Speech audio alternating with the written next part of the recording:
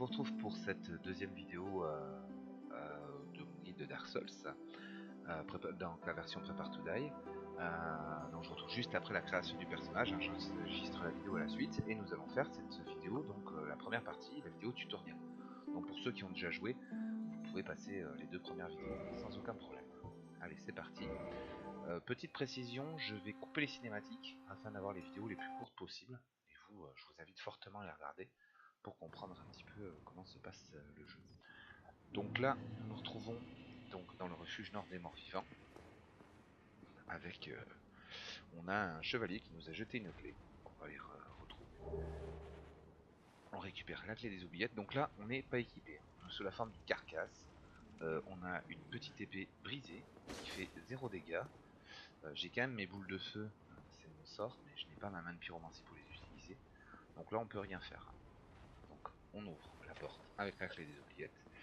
Là par terre vous avez des marques au sol, donc ces marques là c'est le jeu qui les met pour vous expliquer comment on contrôle la caméra. Donc ce qu'il va falloir comprendre, hein, vous allez pouvoir voir toutes ces marques. Je vais vous montrer quand je serai un peu plus équipé les mouvements de base. Donc là vous faites 0 dégâts, hein, je vous le dis de suite. Voilà, 16 dégâts en attaque forte, c'est pitoyable. Donc on peut loquer les ennemis, hop, on va lui faire... Ah non, je peux mon backstab. Hop. Je sais même pas si on peut backstabber avec... Backstabber avec cette arme. Backstabber c'est un nouveau verbe. Et voilà. Donc là, rien à dire sur... c'est un passage hyper simple. Il n'y a rien à chercher, il n'y a pas d'objet. Vous pouvez y aller tranquille. De toute façon, c'est un passage qu'on réexplorera plus tard dans le jeu. Beaucoup plus tard. Hop, donc là, on revient et on arrive au premier feu de camp. Donc ça, notion à comprendre très rapidement, c'est votre point de sauvegarde. C'est-à-dire que là, maintenant, si je meurs, bah, je réapparaîtrai ici. Bon, j'ai fait 30 mètres maximum, mais j'étais au feu de camp. Par contre, je vous montrerai après hein, la notion du feu de camp avec l'utilisation des sorts et tout. Là, pour l'instant, j'ai strictement rien d'équipement, donc je peux pas vous le montrer. Là, vous avez des choses, mais c'est fermé, on peut pas. Donc je vais commencer par rentrer dans cette porte. Alors là, attention, quand vous allez rentrer ici, vous allez avoir le démon du refuge qui va apparaître, à savoir un boss. Il va falloir tracer, parce que là, vous ne pouvez pas l'affronter, le démon du refuge. Enfin, ça va être faisable, hein, la petite épée, mais ça doit être hyper long. Donc je vous le dis de suite, moi je vais pas le faire en niveau, je vais faciliter les... Je vais avoir tendance à pas mal me faciliter la tâche dans ce jeu. Et du coup je vais tracer, vous allez voir qu'il va apparaître. Dès que je vais être ici, bah, il va tomber. Voilà. Et vous pouvez passer ici, la porte se referme. Et le démon est juste là. Ne vous inquiétez pas, nous allons aller s'en occuper très rapidement. Mais d'abord, on va aller faire un petit tour. J'allume un deuxième feu. Celui-là il sert vraiment à rien.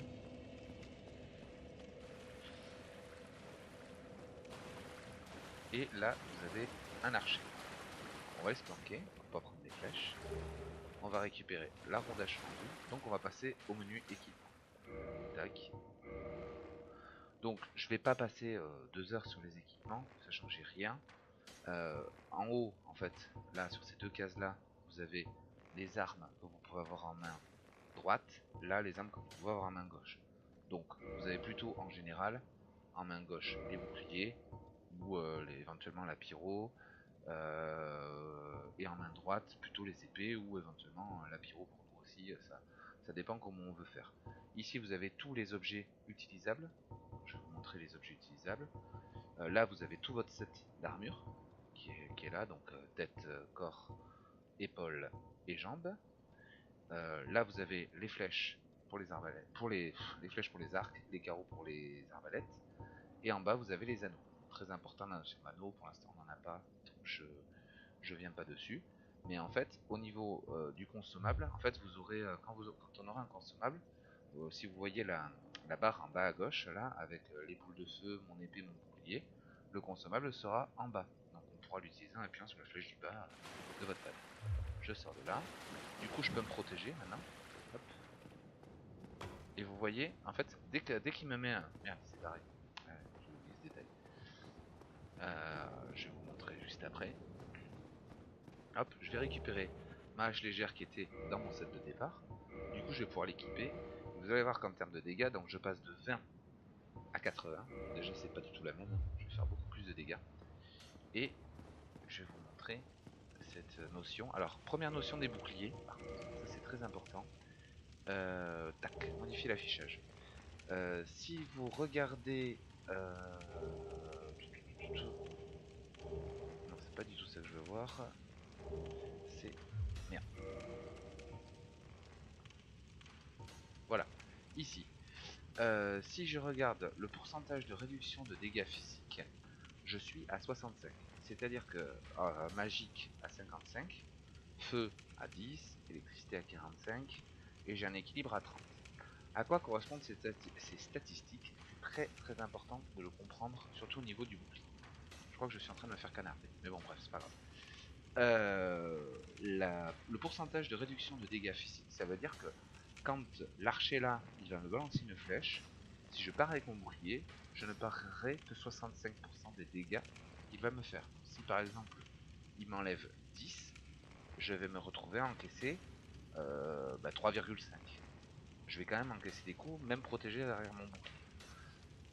Pour la magie, par exemple, je parais que 55%. Pour le feu, en gros, si on m'envoie une boule de feu qu'elle enlève 100, je prends 90 de dégâts. Donc c'est ça. Et l'équilibre, plus l'équilibre est important, moins ça consomme sur votre barre d'endurance. Donc je vais essayer de vous illustrer ça. Bon, il fait quasiment pas de dégâts, hein, lui. Donc regardez ma barre de vie en haut. Vous voyez, elle baisse légèrement. C'est parce que je prends ces dégâts-là. Je prends les dégâts. Hop, donc lui. Voilà. C'est pas tout à fait la même avec la hache. Surtout, je lui ai mis ce qu'on appelle un backstab. C'est une attaque critique.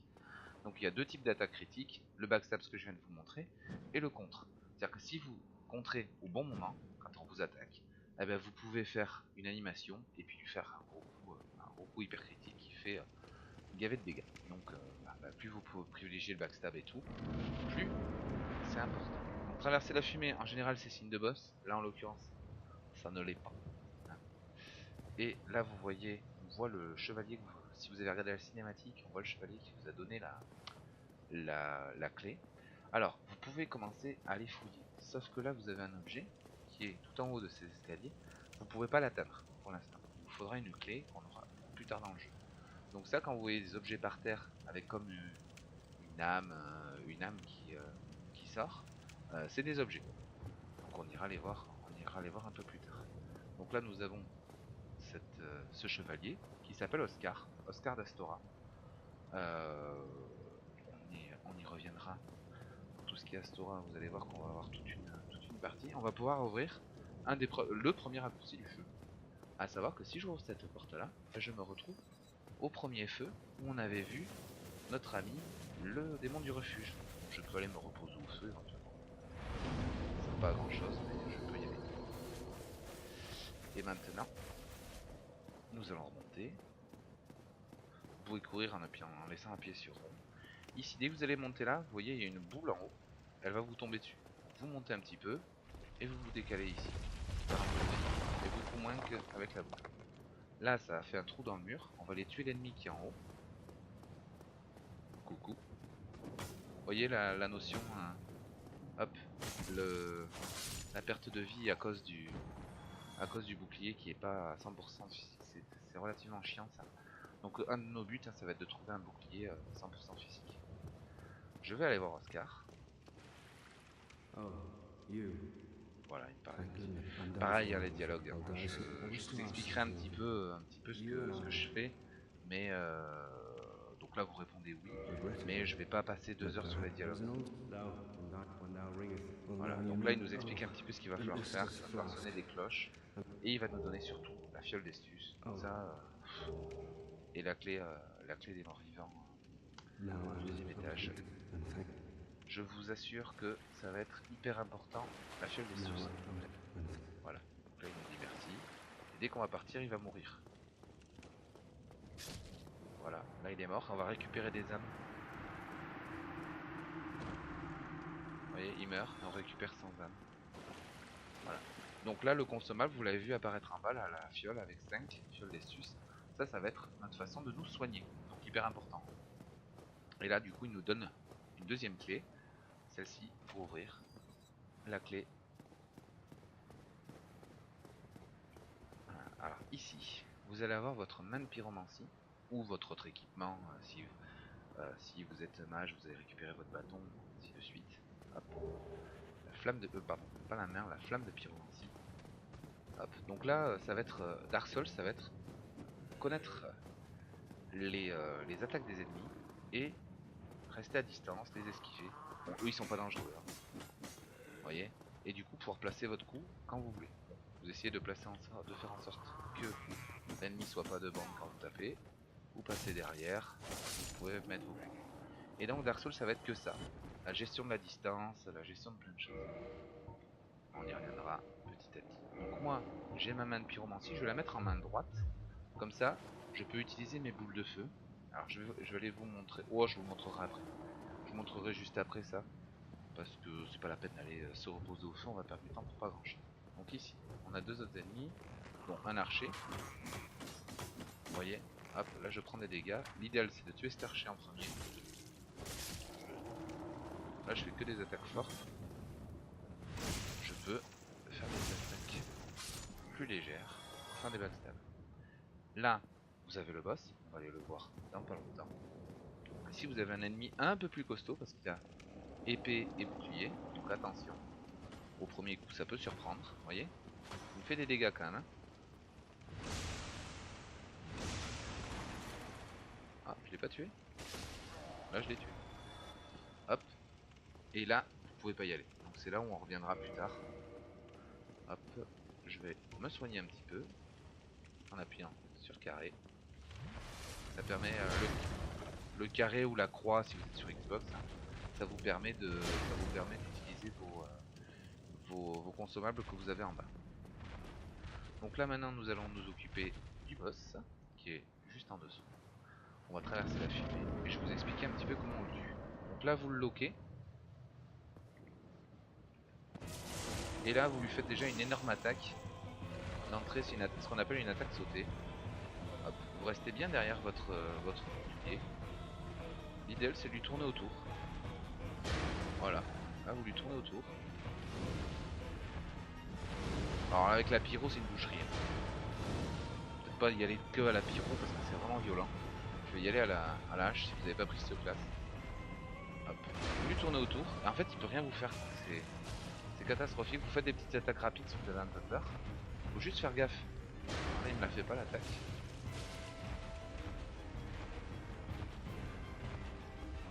Il me la fait pas, il veut pas. Parce que quand il se lève, aïe, par contre ouais, là j'ai fait le con. Faut juste faire gaffe à cette attaque là. Et quand il se lève, voilà, quand il se lève comme ça et qu'il retombe, il fait une zone d'aggro. Et du coup ça vous fait mal. Mais bon. Rien de violent hein. Ça reste le premier boss du jeu. Alors par contre, quand je dis rien de violent et tout, faut pas avoir honte. Moi j'ai les mécanismes du jeu, ça fait des. Ça doit être je sais pas, mon 30e run à Dark Souls. Donc forcément, je sais un petit peu jouer quoi. Au tout début, quand vous savez pas jouer, euh, c'est un peu compliqué. Vous pouvez parfaitement mourir contre lui et c'est vraiment pas une honte quoi. Parce que faut arrêter de dire que Dark Souls c'est un jeu élitiste où il y a personne qui peut jouer, il y a que les PGM qui peuvent jouer. Je vous assure que moi je suis loin d'être un PGM et pourtant j'ai fini tous les Dark Souls sans aucun problème. Donc, si vous vous rappelez, pour l'utilisation des feux de camp et des consommables, vous voyez, j'ai 5 boules de feu là, parce que j'en ai utilisé 3 contre le démon.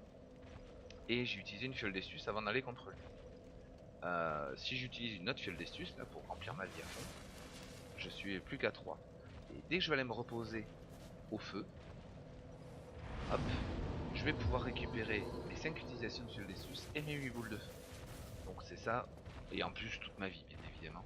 Mais c'est ça un des gros intérêts du feu de camp, en plus de réparer plein de choses. Donc on va ouvrir, j'ai récupéré la clé sur le boss. On va ouvrir ce passage là. Alors, je vais commencer à vous parler d'un PNJ. Je ne peux pas aller le voir maintenant. Ici là, vous avez un nid. Alors, on peut y aller. C'est pas un problème. Pourquoi il parle pas? Ah, il parle pas au début? Ah bon, admettons. Ici c'est Snuggly, donc vous allez pouvoir lui laisser des objets, et si vous laissez un certain nombre d'objets, bah, il vous donnera, enfin un certain objet, il vous donnera un autre en échange. Donc je ferai une vidéo dédiée à ça, à Snuggly, pour vous montrer qu'on peut récupérer des objets assez intéressants en passant par lui. Bon après c'est pas ouf non plus, hein. Voilà, ici un petit objet, c'est une âme. Hop, et on va pouvoir se diriger vers la fin de ce tutoriel. Ah, vers la fin de ce tutoriel et du coup la fin de cette vidéo. Dès qu'on va arriver tout en haut là, on va être pris par un corbeau qui va nous amener au sanctuaire de Lichefeu, qui va être notre hub central un petit peu. Hop, donc je passe la vidéo. Et je me retrouve donc là, voilà, on voit le corbeau qui nous amène. Je passe là aussi. Et on se retrouve au sanctuaire de Lichefeu, à Lodran, qui va nous permettre, qui va donner lieu à une nouvelle vidéo, un petit peu plus tard, quand on aura terminé, quand j'aurai terminé celle-là. Voilà, je vous remercie d'avoir suivi cette vidéo, et bah, je vous dis à très bientôt pour la prochaine. Comme d'habitude, n'hésitez pas à me dire si vous avez envie d'autres choses, et j'essaierai d'aller détailler plus de choses. Voilà, à plus.